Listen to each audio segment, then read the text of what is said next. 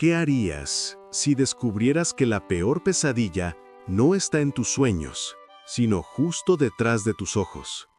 Una ansiedad silenciosa que te carcome por dentro, con el pensamiento agobiante de que tal vez, sin quererlo, hayas cruzado una línea con Dios. La pregunta que ronda tu mente es desgarradora. ¿Habré cometido un error tan grave, un pecado tan enorme, que ya no hay vuelta atrás? ¿Que el perdón de Dios ya no puede alcanzarme? Esta angustia no es nueva. La idea de un pecado imperdonable, un punto de no retorno en nuestra relación con el Creador, ha atormentado a corazones sinceros a lo largo de los siglos. Hoy quiero que caminemos juntos a través de este tema, no para sembrar más temor o confusión en tu espíritu, sino todo lo contrario. Mi mayor deseo es que esta conversación te traiga una claridad luminosa, una paz que calme tus aguas interiores y, sobre todas las cosas, una esperanza inquebrantable. Vamos a desentrañar, con cariño y respeto, lo que la Biblia realmente nos enseña sobre este asunto tan serio. Descubriremos su verdadero significado, por qué las palabras de Jesús al respecto son tan solemnes y, lo que es más crucial para ti en este momento, cómo puedes estar completamente seguro de que no lo has cometido y, mirando hacia adelante, cómo puedes proteger tu corazón para que siempre permanezca sensible y cercano a Dios.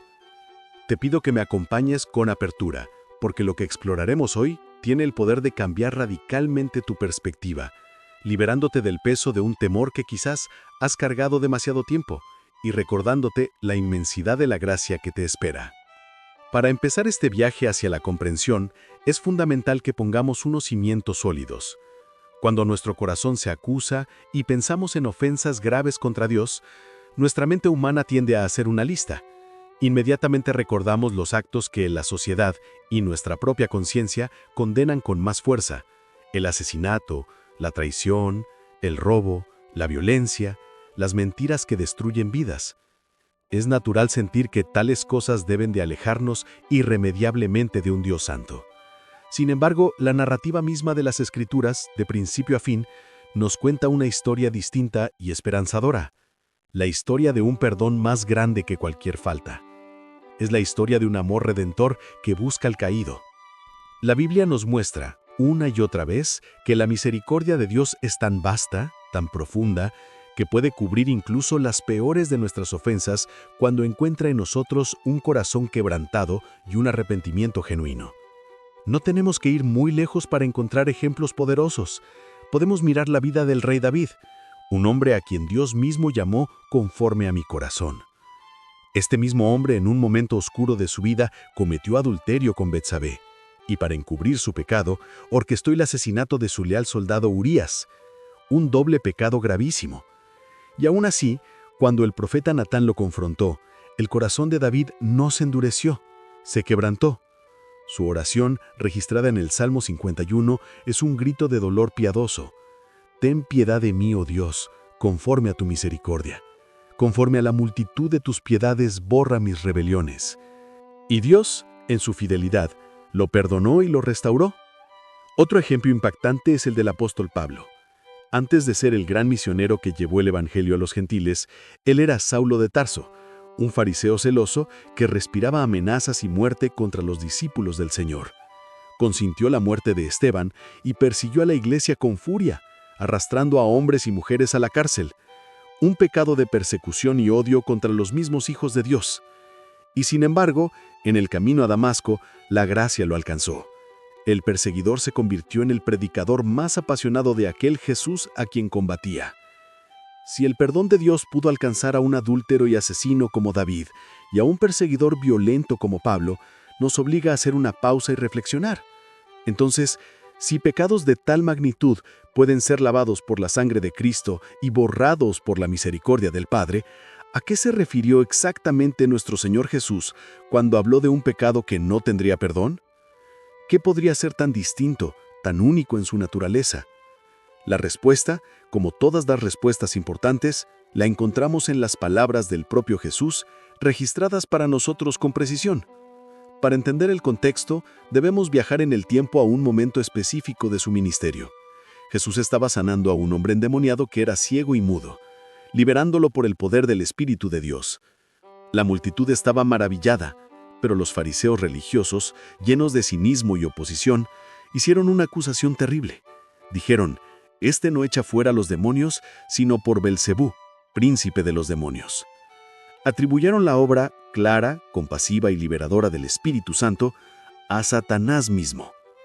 Fue en respuesta a esta actitud del corazón que Jesús pronunció las palabras que tanto nos interpelan. Vamos a leerlas directamente del Evangelio de Mateo, capítulo 12, versículos 31 y 32. «Por tanto os digo, todo pecado y blasfemia será perdonado a los hombres, mas la blasfemia contra el Espíritu no les será perdonada.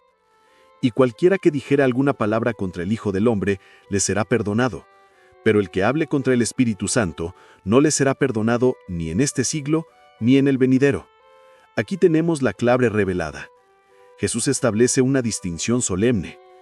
El pecado llamado imperdonable no es un acto aislado de maldad, ni un momento de duda, ni siquiera una palabra de rebeldía dicha en un arranque de ira o desesperación. No, Jesús lo identifica de manera muy específica. Es la blasfemia contra el Espíritu Santo. Pero esto nos lleva a la siguiente y crucial pregunta: ¿en qué consiste, en la práctica, blasfemar contra el Espíritu Santo? Para comprenderlo, necesitamos recordar quién es el Espíritu Santo y cuál es su obra fundamental en el mundo y en nosotros. La Biblia nos enseña que el Espíritu Santo no es una fuerza impersonal, sino la tercera persona de la Trinidad, Dios mismo habitando en y entre su pueblo. ¿Y cuál es su misión principal en relación con el pecado y la salvación? Jesús lo explicó claramente.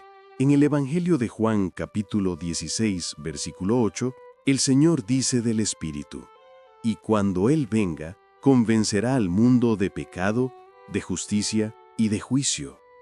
El Espíritu Santo es quien nos ilumina. Es la luz suave y persistente que nos hace ver nuestra condición de pecado, que nos revela la justicia que solo se encuentra en Cristo y que nos señala el juicio venidero. Él es quien nos atrae a Jesús, quien susurra a nuestro corazón la verdad del Evangelio, quien produce en nosotros ese dolor que lleva a la vida, el arrepentimiento para con Dios y la fe en nuestro Señor Jesucristo, como escribió Pablo. Por lo tanto, blasfemar contra el Espíritu Santo va mucho más allá de ofenderle con palabras. Es atribuir su obra divina de convicción, revelación y salvación a una fuente maligna. Es mirar la cura definitiva para el cáncer del alma, la obra redentora de Cristo hecha real en nuestro corazón por el Espíritu, y decir con plena conciencia y obstinación: «Eso no es de Dios, es del diablo». Es rechazar deliberada y definitivamente al único que puede guiarnos hacia el arrepentimiento y la fe. Por eso este pecado es tan singular. No es la caída de un hombre que luego se levanta arrepentido. Es la decisión consciente y persistente de rechazar la mano que lo quiere levantar. Es un estado final del corazón. Podemos entenderlo con una imagen. Imagina un campo que en primavera es regado por la lluvia suave y constante. La tierra está blanda, receptiva, lista para recibir la semilla y dar fruto. Pero si ese campo es cubierto con una lona gruesa, impermeable, día tras día, la lluvia ya no lo penetrará. La tierra debajo se secará, se endurecerá y se agrietará. Ya no podrá recibir vida. El Espíritu Santo es como esa lluvia de gracia que constantemente cae sobre el corazón humano, llamándolo, convenciéndolo, ofreciéndole vida. Blasfemar contra Él es como poner esa lona de rechazo total. Es decir, no una y otra vez a su voz hasta que el corazón, por su propia elección repetida, se vuelve espiritualmente insensible, duro, incapaz de recibir la semilla de la palabra. El autor de la carta a los Hebreos advirtió sobre este peligro usando el ejemplo del pueblo de Israel en el desierto. En el capítulo 3, versículo 13, nos da una instrucción práctica y amorosa. Antes, exhortaos los unos a los otros cada día, entre tanto que se dice hoy, para que ninguno de vosotros se endurezca por el engaño del pecado. El endurecimiento es un proceso, y el engaño del pecado nos hace creer que podemos posponer el arrepentimiento. que podemos ignorar esa voz interior, que no pasa nada por rechazar un poco más la luz. Y así, poco a poco, la persona se va alejando, ya no siente convicción, el pecado deja de parecerle grave, la llamada al arrepentimiento le resulta indiferente o incluso molesta.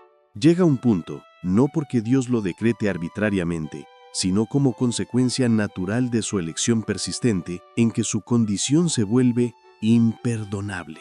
No porque Dios se niegue a perdonar, sino porque la persona ha cerrado por completo toda vía para recibir el perdón. Ha perdido la capacidad de desearlo. Ahora, en este preciso instante, puedo casi escuchar el susurro de preocupación en el corazón de muchos, un susurro que dice, pero, ¿y si yo ya he llegado a ese punto? Si en mi pasado he resistido a Dios tantas veces que ya he cruzado esa línea sin darme cuenta, si mi corazón ya está seco y duro. Quiero que escuches esto con toda la atención de tu alma. El simple hecho de que estés haciéndote estas preguntas, de que sientas ansiedad, temor o incluso un dolor por la posibilidad de haber ofendido a Dios de manera irrevocable, es la evidencia más poderosa y alentadora de que no has cometido el pecado contra el Espíritu Santo. Piensa en ello con calma. ¿Qué demuestra tu preocupación? Demuestra que te importa. Demuestra que tu conciencia no está cauterizada, que tu sensibilidad espiritual no ha muerto. Demuestra que el Espíritu Santo en este mismo momento está actuando en tu vida. Él es quien produce en ti ese temor de Dios que es el principio de la sabiduría. Él es quien crea esa inquietud sagrada, ese anhelo de estar en paz con el Padre. Si verdaderamente hubieras blasfemado contra el Espíritu de la manera definitiva de la que habla Jesús, serías totalmente indiferente a este tema. No te quitaría el sueño. No sentirías ningún deseo de buscar a Dios o de entender su perdón. Tu indiferencia sería total. Así que si hoy tu corazón está preocupado, si hay un latido de arrepentimiento, por pequeño que sea, si hay un Dios, ayúdame a entender en tu interior, respira profundo y recibe paz.